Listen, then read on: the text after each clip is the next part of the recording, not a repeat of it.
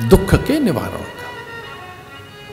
सुजान, बुद्धिमान, चतुर और गुणी उसी को कहेंगे जो जीवन के दुखों को मिटा दे। एक दिन ये विचार कर लीजिए कि दुख रहने न पाए हमारे पास, कोई संशय, कोई भ्रम, भय, हम कैसे बड़ा माने उस आदमी को जो भयभीत रहता है? तो बड़ा कौन है जिसके पास भय नहीं है? इतना सब होने पर भी भय क्यों बना रहता है?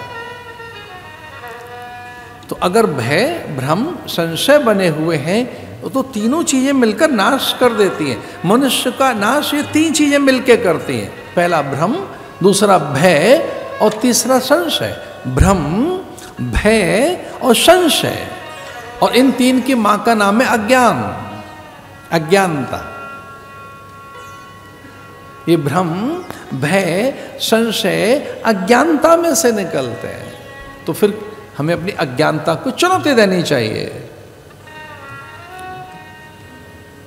तो जिसने अपनी अज्ञानता को मिटा दिया है उसका भ्रम नहीं रहेगा, भय नहीं रहेगा, संशय नहीं रहेगा और रोदन भी नहीं रह सकता।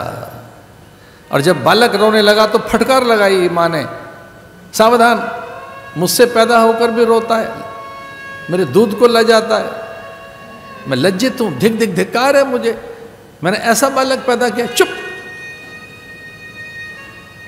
बालक रो रहा है, उसे धमका रही है बालक को, सावधान, शुद्धोसी बुद्धोसी निरंजनोसी संसार माया। तो शुद्ध बुद्ध प्रबुद्ध है, नित्य है, शाश्वत है।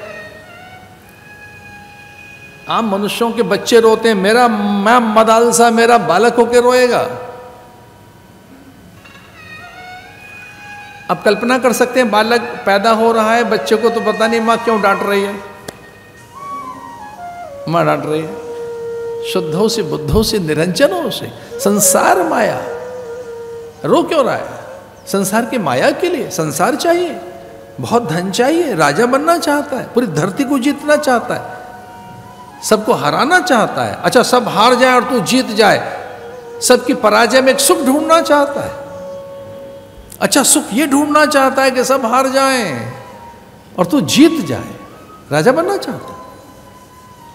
इतना धनी बनना चाहता है कि दरिद्र रहे कुछ तेरे सामने, उनकी दरिद्रता से तेरी संपन्नता का सुख तुझे महानता देगा, इसलिए रो रहा है क्या? संसार के लिए।